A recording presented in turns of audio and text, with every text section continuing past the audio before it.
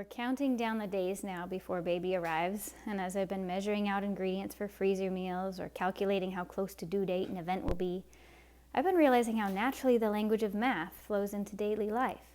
It is a welcome skill, but sometimes learning it in younger years, it seems like a never-ending maze. And as a teacher, I'm learning that, like so many other skills, math is best absorbed through incremental exposure and tailored integration.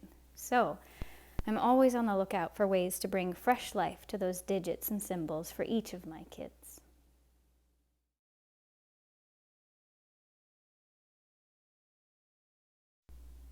My mother, an educator of 9 at home, has always encouraged me that the beginning of learning is just exposure.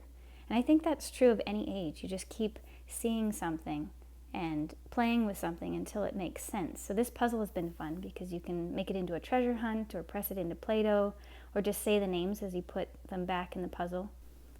Pattern blocks were one of my favorites as a child, teaching you color, shape, even fractions and comparison of size. Mancala is one of those very timeless games that's teaching simple counting, simple but fun rules, even sorting. Snail's Pace Race was another favorite of mine as a child. It's a cooperative game using colored dice to get the snails to the end of the race. And Hoot Owl Hoot is another one. Both of these teach color. They also teach counting, sorting, and just basically how to follow rules, but in a cooperative setting, which I feel is really good for this age where they're learning how to share and how to work as a team with other people. And Mario was a childhood favorite game of my husband's, and this game, Mario Uno, has been great exposure to colors and numbers, sequencing, even making it into solitaire as they grow up.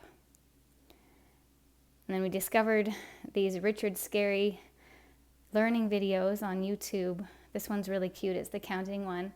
Great exposure to just very chill counting to 20. And I love books. There's so many good math books that just kind of hint at math. This one is clearly for math. It's a Montessori counting book with sandpaper letters that you can really feel as you say the numbers. And good old Eric Carle, learning the days of the week along with the Hungry Caterpillar, or learning the shapes with his birthday message book, or even the months of the year with the Hermit Crab. This cute book is called All for Pie, Pie for All, and it's a good introduction to cutting things in equal pieces and watching volume changes, little intro to fractions. It's super cute. As the kids get older, they've been enjoying these circumference math adventures, quirky medieval stories that cover topics that are a bit more advanced, like pi or different angles, counting by tens, multiplication, fractions. Some of these math concepts in a workbook can be kind of dry, but in story format or putting them in a real life situation or fairy tale situation just makes it lots more fun. And along with books, songs are another fun and entertaining way to learn. So we've come up with a days of the week and a months of the year song. Sunday, Monday, Tuesday, Wednesday, Thursday, Friday, Saturday. January, February, March, April, May, June, July, August, September, October, November, December. So that song was fun to sing as we hop around our perpetual calendar here, which is kind of Waldorf style. So we have the dolls representing all the seasons, the months of the year on the outside, and then in the middle we have the year, and we have a circle for the weather, so my daughter can pick out the one that she thinks fits with the day. And then she hasn't learned how to read yet, but she's learning phonetics, so I ask her which one of the days of the week she thinks is Tuesday, starting with a T, and she did it. And then the last one will be for the date. So she's also just learning her numbers, numbers past 10. So I asked her to guess which one was 16. And yeah, today she got it. So now we have the full spread here. We have January 16th. It's 2024. It's Tuesday and it's sunny. For more weather practice, we have our outdoor thermometer and our color-coded hot to cold chart and see where the temperature lies on it. And we like to have a visual of time, minute hand, hour hand.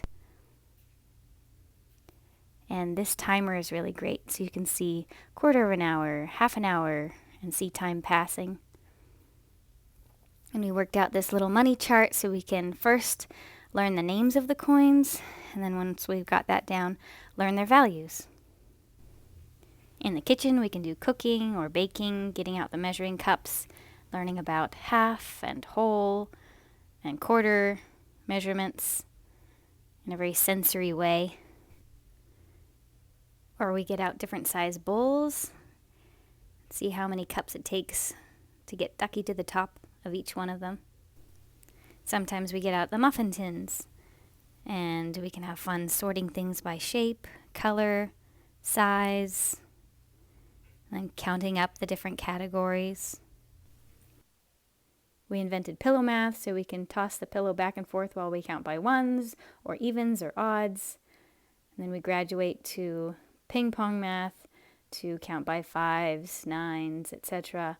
Or we can do our math drills this way, doing the times table. So I can ping 2 times 4 and he can pong me the answer.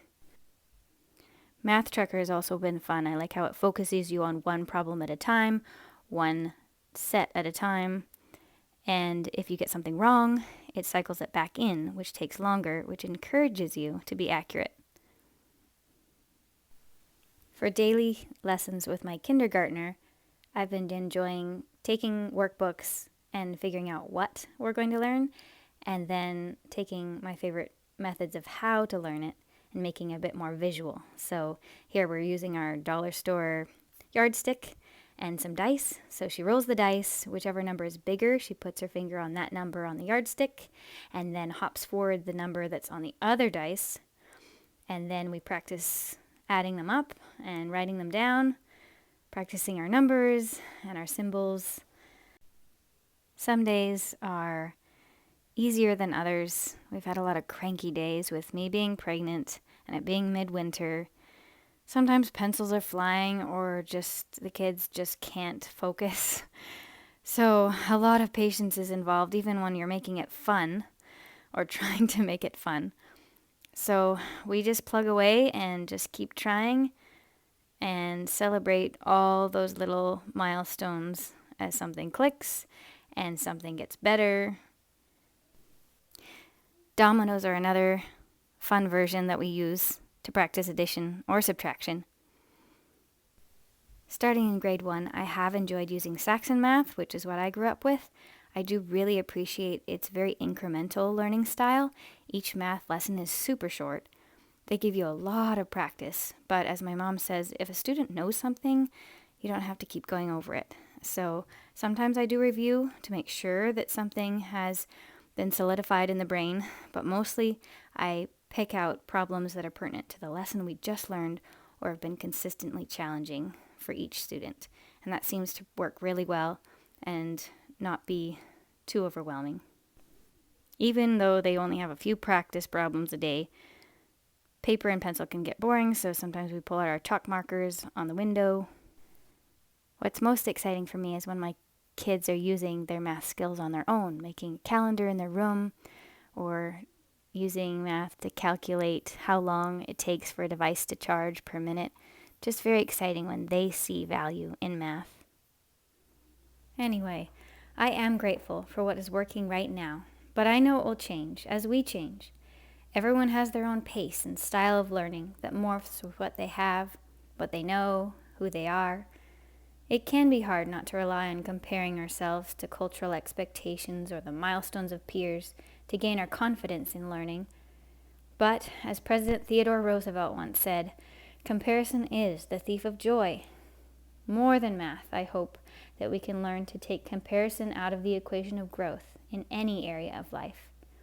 To focus on doing our own best with whatever we're given cuts out so much useless work and stress, internally and externally. We're left with a personal, pithy and playful journey of incremental success. The belief is growing on me that it's not where we're standing, but the direction we're pointing that matters most. One step at a time, we can watch mastery build, adding brightness and blessing to our little haven.